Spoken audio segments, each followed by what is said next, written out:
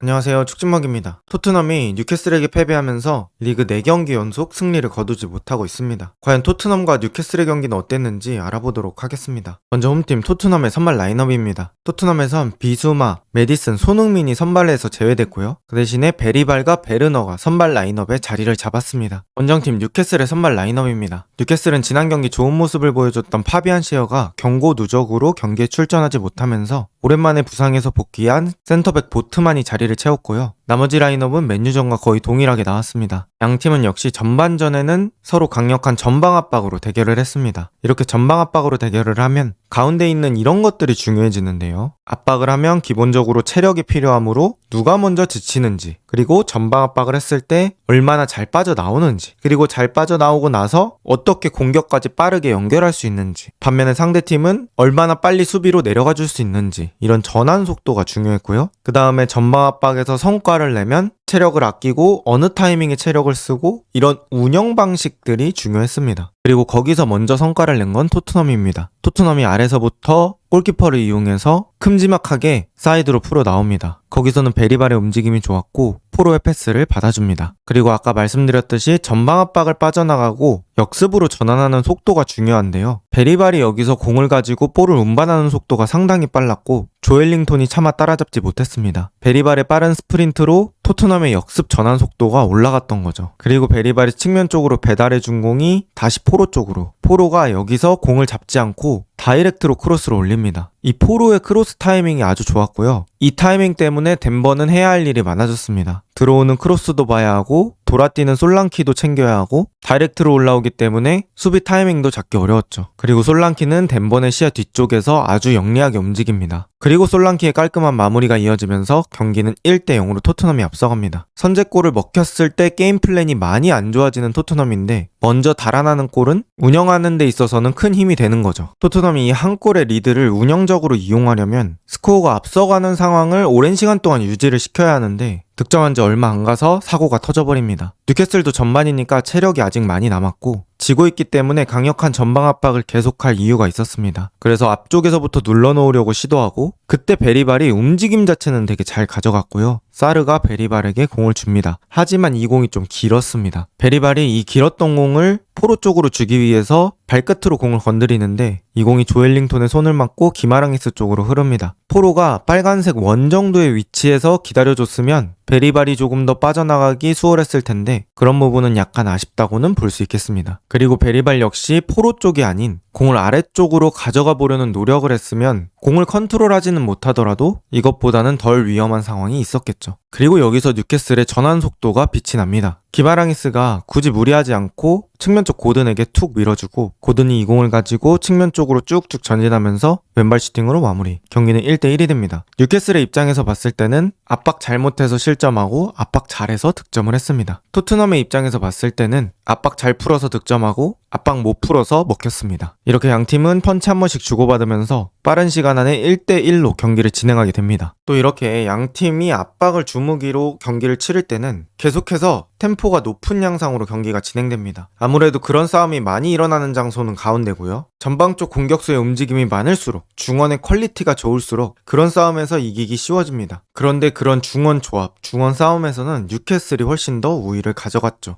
뉴캐슬은 중원 싸움할 때 이런 움직임들이 좋았습니다. 오른쪽 윙어인 머피가 가운데로 가주고 이삭이 가운데 있다가 공을 받으러 내려오면서 다른 방향 동시 움직임이 일어나고요. 또 기마랑이스라는 선수가 시야가 엄청 좋고 볼을 전개할 때 판단이 상당히 빠른 편입니다. 이 경기뿐만 아니라 뉴캐슬 경기를 보면 공을 잡기 전에 미리 고개 돌려놓고 다이렉트 패스가 나가는 경우가 상당히 많거든요. 그래서 기마랑이스 상대로 정신을 안 차리다 보면 어느 순간 유효한 패스가 앞으로 갔을 때가 되게 많습니다. 지금 상황도 그런 상황의 일종인데요. 기마랑이스 쪽으로 압박이 들어가 보지만 앞쪽으로 그냥 간결하게 내주죠. 그러면서 전반전에 토트넘의 압박을 뉴캐슬이 풀어내는 횟수가 계속해서 증가하게 됩니다. 당연히 토트넘은 수비 복귀를 해야 하기 때문에 그 과정에서 체력을 많이 쓰게 되죠. 그리고 양팀의 중원 조합의 퀄리티 차이도 분명히 존재했습니다. 일단 기마랑이스, 조엘링톤, 토날리 이 세 명은 리그 내에서도 탑 클래스의 중원이라고 할 수 있으며 세 명이서 호흡을 맞춰본 적이 많습니다. 그러다 보니 서로의 움직임도 잘 이해하고 있고 서로가 서로의 단점을 보완해주죠. 하지만 토트넘의 베리발, 사르, 쿨루셉스키 이 세 명의 조합은 급조된 느낌이 강했고요. 이 3명의 조합으로 발을 맞춰본 일이 많지 않습니다. 게다가 클루셉스키를 제외하고는 중원에서 피지컬적인 장점을 가져가는 선수도 없어서 단순 경합 상황에서도 불리한 모습들이 많았죠. 골키퍼, 수비, 중원, 공격 여러 가지 포지션이 있지만 오늘 경기에서 가장 차이가 느껴졌던 건 중원이었습니다. 그리고 특히나 오늘 뉴캐슬 중원에서 기마랑이스의 전개가 아주 환상적이었는데요. 왼쪽 어깨로 선수의 접근을 막아놓고 공만 앞쪽으로 전개해주는 이런 상황이 자주 일어났고요. 이런 뒷공간을 찌르는 패스 역시 같은 구조로 수행이 되면서 조율 잘하는 미드필더, 판단이 빠른 미드필더, 전진 패스가 좋은 미드필더를 왜 사용하는지 알게 되었습니다. 저렇게 공 잘 차는 선수가 있으면 상대팀 11명을 뛰게 만들 수 있죠. 또 뉴캐슬의 전방 공격진에는 다재다능한 스트라이커 알렉산더 이삭이 있었는데요. 이 이삭이 수비진이 상대하기 상당히 힘든 게 공이 왔을 때 소유해야 될 때 그리고 바로 내줘야 될 때 이 두 가지에 대한 판단이 기가 막힙니다. 그래서 센터백이 이삭을 바짝 막으러 가면 한 번에 공을 내주고 또 센터백이 안 붙었을 때는 이삭이 공을 소유하면서 직접 슈팅을 노리는 장면들도 있습니다. 그렇게 센터백들을 계속해서 헷갈리게 하면서 토트넘 센터백들의 수비 판단을 흐려지게 만드는 거죠. 그리고 그런 능력들이 잘 확인이 되었던 장면이 뉴캐슬의 달아나는 득점 장면입니다. 이삭이 이렇게 공을 받았을 때 기마랑이스가 더 좋은 위치에 시야가 열려있는 걸 보고 잡지 않고 한 번에 돌려줍니다. 그리고 이 공은 빠르게 측면 쪽으로 전개되고요. 제이콥 머피의 안쪽으로 크로스, 이삭이 득점. 이삭이 아까 저기서 공을 잡고 민기적거렸으면 측면 쪽에서 속도가 늦어지고 머피가 1대1 도전을 할 수 있는 찬스까지 없어졌을 텐데 이삭의 빠른 돌려주기가 이 득점의 시작점이 되었습니다. 그리고 이렇게 전반은 2대1로 종료됩니다. 그리고 토트넘은 후반전에 레길론, 비수마, 메디슨, 손흥민을 투입하면서 경기에서 반전을 노려봅니다. 뉴캐슬 역시 경기를 한 점 차로 앞서고 있으므로 후반전에는 전반전보다는 효율적인 운영을 가져갑니다. 오른쪽 공격수인 머피를 5백의 오른쪽 사이드백으로 자리를 옮깁니다. 그러면서 뉴캐슬은 5-4-1 형태를 만들고요. 선수비 후역습으로 토트넘의 뒷공간을 노려봅니다. 75분 이전까지 역습으로 득점하면 더 좋고 그렇지 않아도 90분 내내 계속해서 전방 압박을 할 수 없으니 뉴캐슬이 앞서가고 있는 상황에서 실리적인 운영을 선택한 거죠. 물론 뉴캐슬이 5백 운영 자체는 잘했지만 토트넘한테 기회가 없었던 게 결코 아닙니다. 이런 좋은 위치에서 존슨의 슈팅이 터무니없는 곳으로 날아간 적도 있었고 메디슨의 가마차기가 아쉽게 골문을 빗나갔던 적도 있었습니다. 뉴캐슬의 수비 숫자가 많기도 했지만 토트넘 스스로 결정지을 기회에서 아쉬운 모습을 보여준 것도 맞죠. 그리고 뉴캐슬은 이렇게 버티다가 86분에는 공격수 2명 이삭과 머피를 빼면서 중원 선수들을 더 투입했고 완전히 수비적인 형태로 경기 지키기에 돌입합니다. 그러면서 10명이 수비하는 형태로 토트넘의 공격을 버텨내고 결국에는 승리를 가져갑니다. 일단 오늘 경기에서 가장 먼저 느껴졌던 양팀의 결정적인 차이, 이건 중원의 퀄리티 차이라고 느꼈고요. 확실히 기마랑이스, 토날리, 조엘링톤 이런 3명의 중원이 정신없는 싸움에서 되게 좋은 조합이라는 걸 느꼈습니다. 또 토트넘 감독인 포스테코글루, 뉴캐슬 감독인 에디아우의 운영 차이를 알 수 있었는데요. 둘 다 전방 압박이 메인 전술 중에 하나지만 그 전방 압박을 멈추고 운영하고 이런 면에서는 에디아우가 훨씬 더 좋은 감독 같습니다. 지난 맨유전에서도 골 넣고 앞서간 뒤에는 수비적인 운영을 하면서 좀 시간을 태우고 또 오히려 상대가 급해질 때 역습 노리고